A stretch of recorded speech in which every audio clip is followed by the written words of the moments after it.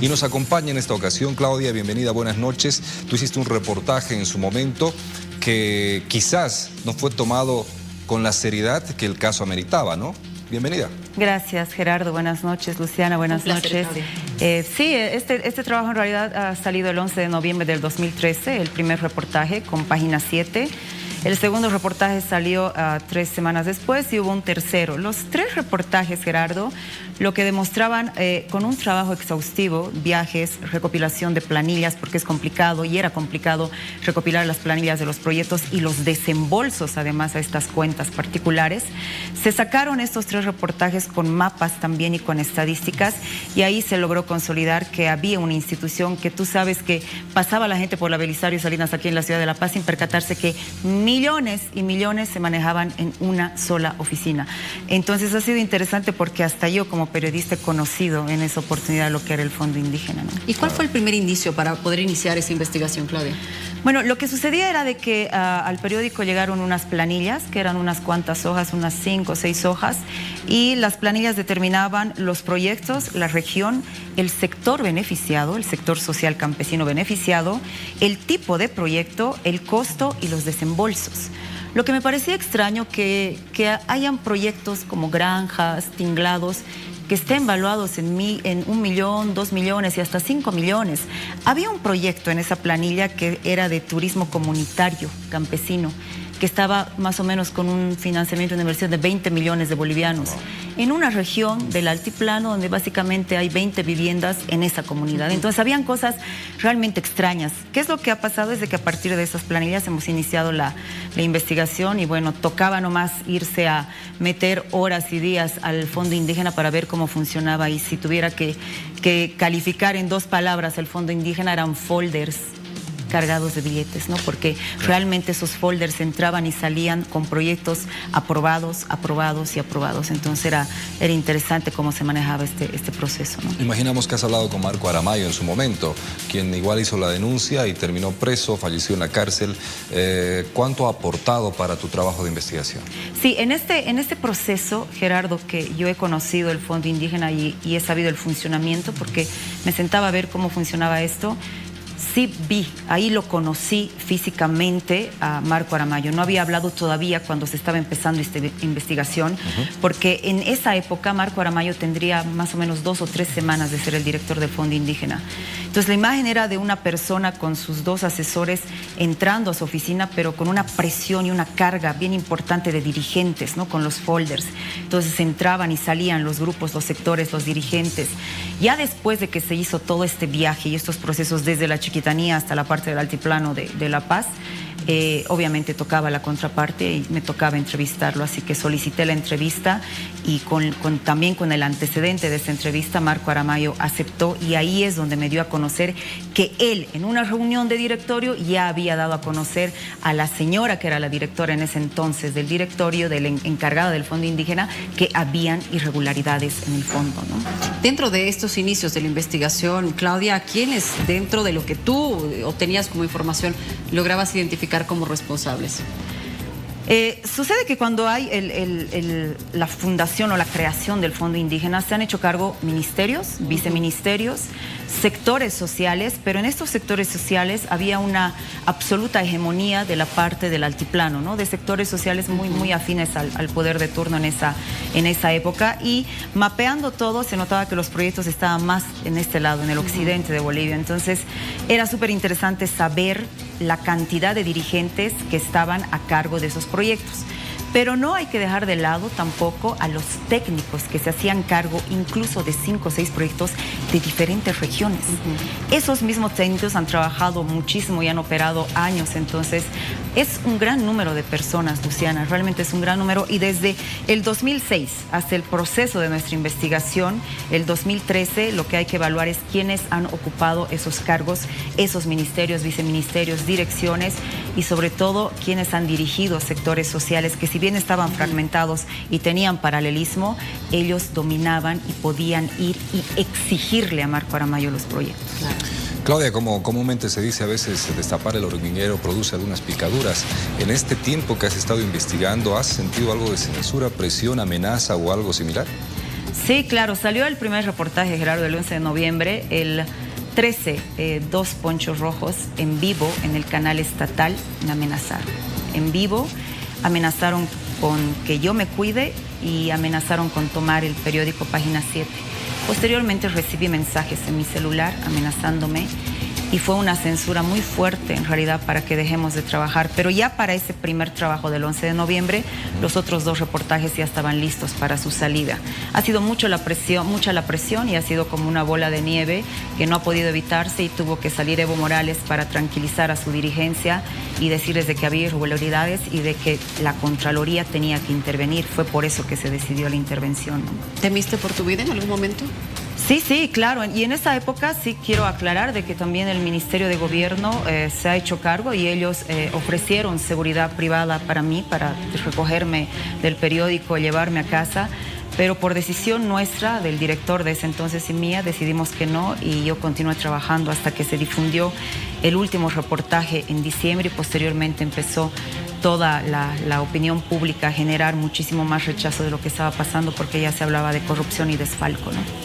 Ahora, ¿cómo te sientes, Claudia? Por supuesto, tu trabajo de investigación, estos 3 reportajes han servido también para dar a conocer algo de lo que sucedía ahí adentro y quizás estás pensando en un 4.º reportaje ahora que se ha destapado todo aquello. Sí, bueno, el reportaje que más me dolió hacer fue el de la crónica de la muerte de Marco Aramayo y quiero destacar que hace un momento ustedes presentaban esta noticia de la resolución y de la llegada al penal de San Pedro de Luis Arce y garantizaban las autoridades judiciales que él tuviera atención médica por su condición de salud. A Marco Aramayo le privaron atención médica, a Marco Aramayo le privaron visitas de sus familiares, a Marco Aramayo le privaron absolutamente de toda forma de comunicación, a Marco Aramayo lo torturaron en la cárcel, en las diferentes cárceles y la última, donde sobrevivió hasta lo que pudo aguantar en la cárcel de San Pedro, tuvo otro tipo de torturas que su familia recién dio a conocer, pero ya nosotros lo habíamos reportado.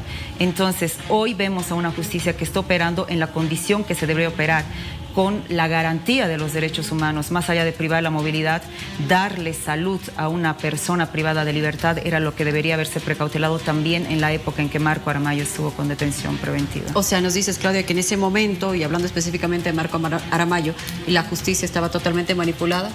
Absolutamente. Habían, y su mismo abogado Héctor Castellón, que ha hecho un trabajo impecable desde un inicio, ellos denunciaban que cuando se hacían audiencias no venía o el juez o no venía el fiscal.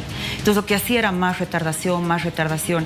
Marco Aramayo ha estado en la detención preventiva más larga y además con la cantidad de procesos más fuertes y duras, no solo en Bolivia, sino en el mundo. No hay un caso como este, por eso yo recomendaba que este tiene que ser un estudio de caso, porque 256 casos a una sola persona y además la denunciante y además que todo el poder político y la justicia tenga que ensañarse con él, tiene que ser nomás un caso emblemático y de alguna u otra manera tiene que poner a la reflexión no solamente al sistema, sino a la sociedad, porque no se le ha dado la cobertura que debería haberse dado a una persona que estaba sufriendo en un penal de forma inocente, ¿no? Además, notificaciones de nuevos casos que le llegaban a su familia después del fallecimiento de Marco. Es para no creer ese tipo de acciones, ¿no? Para no creer, y es impresionante, Gerardo, lo trasladaban casi semidesnudo en las madrugadas y en las noches, desde La Paz hasta Pando, de Pando hasta Potosí, de Potosí hasta Santa Cruz. Su familia nunca se enteraba, no estaba enterada. A Marco Aramayo le requisaban como al peor delincuente, a diferencia de otros presos que ustedes conocen, que se comunicaban e incluso hacían videollamadas a los medios de comunicación. Marco Aramayo estaba absolutamente encerrado. ¿Quién daba la orden para que se lo trate así? Todo el proceso y el sistema ha sido, ¿no, Luciana? Y hay que ver, porque yo escuchaba también a algunos expertos, quienes han ocupado estos puestos de jueces, de fiscales y sobre todo de la parte del sistema que mandaba y dominaba a estas personas. Y les digo algo más, en la última entrevista que yo tuve con Marco Aramayo antes de su muerte, unas semanas antes, me dijo, Claudia, en la misma silla en la que tú estás, estaban 3 ministros, vinieron en días diferentes a proponerme que me declare culpable, que vaya a juicio abreviado y me sacaban de aquí. Y hasta el último momento dije, no, prefiero morir antes que vender mis principios. y murió semanas después, ¿no? Entonces, el poder político corrompido es el que ha torturado a Marco Aramayo, pero tenía tentáculos dentro de la justicia y esperemos que esos tentáculos no sigan operando y que este caso se resuelva con el debido proceso y no, como decía el doctor Vazcope, como una suerte de revancha, que no se trata de eso, sino que aquí hay muchos implicados y se tendrá que investigar cuánto es de responsabilidad que tienen, ¿no? Bueno, y eso que mencionabas de la anécdota de los ministros sentados al frente de Marco Aramayo, lo hemos escuchado hace no mucho de algunos políticos que también han estado presos, ¿no? Transar la libertad. Esperemos que eso realmente haya pasado y que la justicia esté cambiando y no sea simplemente algo que se está maquillando momentáneamente, porque esto es algo que va a tener un proceso muy largo. Claudia, ¿qué opinas de las determinaciones ya más puntuales de la detención de los meses que se le ha dado y todos los aspectos ya legales en caso del expresidente? Yo espero que no sea momentáneo, Gerardo, porque lo mismo, exactamente lo mismo ha pasado ya 2 o 3 veces. En la primera era cuando Marco Aramayo durante la pandemia enfermó 2 veces de COVID, no tuvo acceso, no tuvo pastillas, no tuvo atención médica. Sobrevivió porque, bueno, él era fuerte, era un tipo de guarayo fuerte, de esos que se sanan, de esos que resisten. Y sacaron los medios varias noticias sobre esto. Y la posterior, también polémica, fue cuando falleció.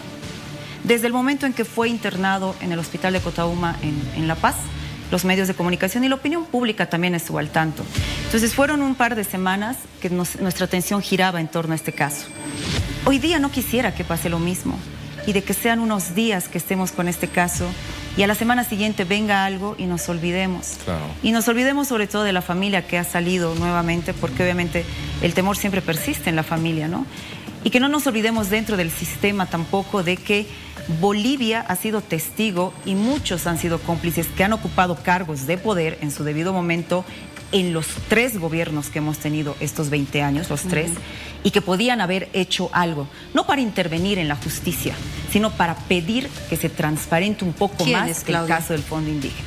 Por ejemplo, han habido personas durante el gobierno de Yanine Áñez que han ocupado los cargos de directores del Fondo Indígena. Yo como periodista me comuniqué con ellos, ¿no? Me comuniqué y les dije, miren, hagan caso, hay un inocente, Marco Aramayo, que está en la cárcel. No me respondían, me daban largas, no pasó absolutamente nada. Tenían la suficiente capacidad y intuición para operar, por lo menos desde el Fondo Indígena, y hacer una investigación exhaustiva. Ministros que han estado ahí, que nunca hicieron nada. Senadores y diputados que ahora los escucho decir que ellos denunciaron, investigaban, tuvieron la oportunidad dentro de la Asamblea Legislativa también de generar por lo menos incidencia en este caso y no lo han hecho. Entonces, es realmente para llamar la atención que hayamos dejado y permitido que suceda esto con un denunciante, ¿no? Y eso te da por lo menos el indicio de que la gente en este momento que está teniendo algunos casos y hechos y son testigos de delitos, el miedo a denunciar para que venga un policía y te diga, no, tú has denunciado, vas también preso. Ese es el problema simbólico con el caso de Marco Aramayo, ¿no? Cuando se tiene una justicia manipulada. Absolutamente. Bueno, Claudia, te queremos agradecer de sobremanera. Queríamos terminar y concluir este bloque contigo, con tu experiencia, con tu profesionalismo y la investigación que hiciste durante tanto tiempo. Muchas gracias. Gracias, Luciana, Gerardo, muy amables y saludos a todos. Y rapidito, ¿va a haber un cuarto reportaje con esto último que estamos conociendo y que nos dices? Sí, en realidad lo que yo quiero hacer es sistematizar absolutamente todo, pero quiero aclarar, querido Gerardo, que en este caso el periodismo ha cumplido su trabajo. La tarea del periodismo ha sido abrir y esclarecer un caso como ese y decirle a la gente, oigan, hay un fondo indígena que está funcionando y que millones que son de ustedes se los están robando. El periodismo llega hasta ese punto, no podemos formar parte de esto, no podemos politizarlo. Sin embargo, en este momento los operadores que son parte de este sistema tienen que seguir las investigaciones, pero ojalá que se dé la posibilidad y me gustaría continuar con este caso y bueno, nada, simplemente decirle a la familia que entiendo y comprendo la situación que han pasado y realmente es doloroso estar en ese lugar. Gracias, Claudia. Gracias por acompañarnos. 22 horas con 52 minutos, hacemos una pausa.